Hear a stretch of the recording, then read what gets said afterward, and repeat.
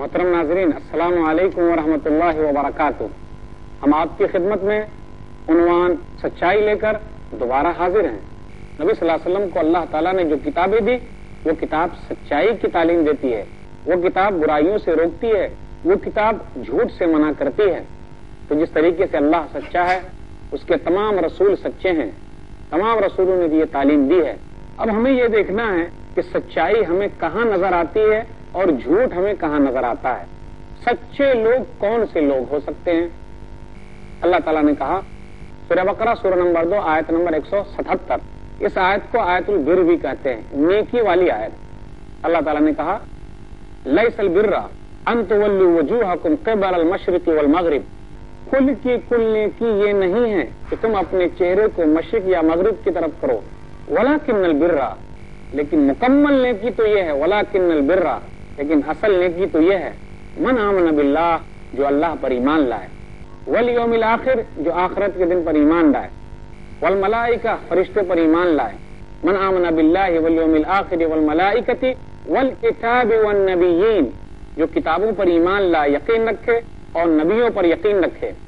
پھر اسی طرح اللہ نے کہا وآت المال علی حبہ ذوی القربى والیتامى والمساکین وابن السبیل والسائلین وفی الرقاب واقام الصلاة وآت الزکاة والموفون بعہدہم اذا عاہدوا والصابرین فی البأساء والضراء وحین البعث۔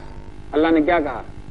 واقام الصلاة، جو نماز قائم کرتے ہیں، وآت الزکاة، جو زکوٰۃ ادا کرتے ہیں، والموفون بعہدہم، اور جو عہد و پیمان کو پورا کرتے ہیں، والصابرین، جو صبر کا دامن تھامے رہتے ہیں، فی البأساء، پریشانی کے وقت، تنگی کے وقت، والضراء وحین البعث، تنگ دستی کے وقت اور جنگ کے وقت، اولئک الذین صدقوا واولئک هم المتقون، یہی لوگ سچے ہیں اور یہی لوگ تقوی والے ہیں۔ آپ نے غور کیا اس آیت میں کہ اللہ تعالیٰ نے کن لوگوں کو سچا کہا؟ جن کے اندر یہ نشانیاں پائی جائے گی، جو اللہ پر ایمان لائے، آخرت کے دن پر ایمان لائے، جو رسولوں پر ایمان لائے، جو کتابوں پر ایمان لائے، یہ سچے لوگ ہیں۔ پھر آگے کہا جو قریبی رشتہ دار کو مال دے، یتیموں کو مال دے، مسکینوں کو مال دے، مسافروں پر مال خرچ کرے، مانگنے والوں کو دے، گردن چھڑانے کے لیے دے۔ پھر اسی طرح جو نماز پڑھے، زکوٰۃ ادا کرے، وعدہ جو کرے اس کو پورا کرے اور صبر کا دامن تھامے رہے، اولئک الذین صدقوا، یہی لوگ سچے ہیں اور یہی لوگ تقوی والے ہیں۔ جو جن کے اندر یہ نشانی پائی جاتی ہے انہی لوگوں کے اندر سچائی جھلکتی ہے۔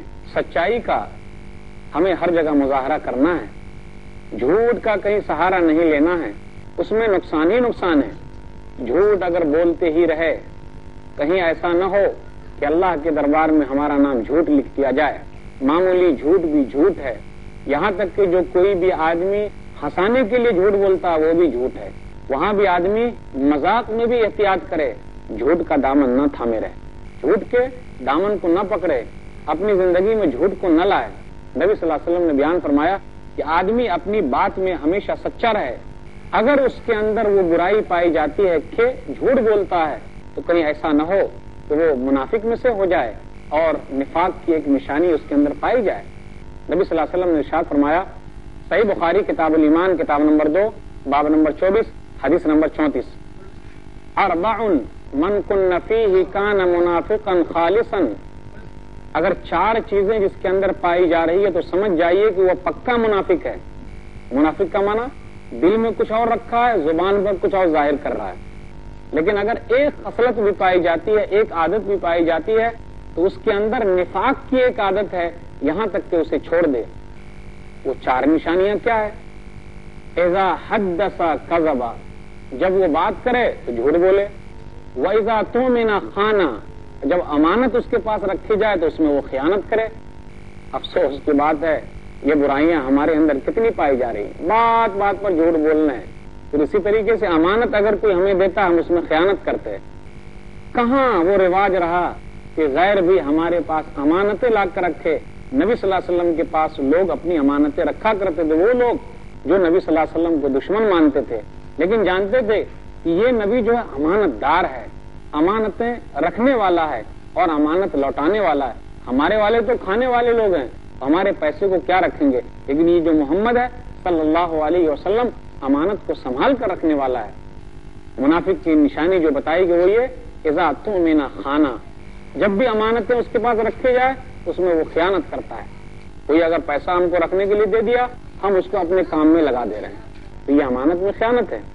وَإِذَا وَعَدَ أَخْلَفَ، جب بھی وعدہ کرے تو وعدہ خلافی کرے، وعدے کو توڑ دے۔ کسی سے کچھ کہا، وعدہ کیا لیکن وعدہ کو پورا نہیں کر رہا، یہ نفاق کی نشانی ہے۔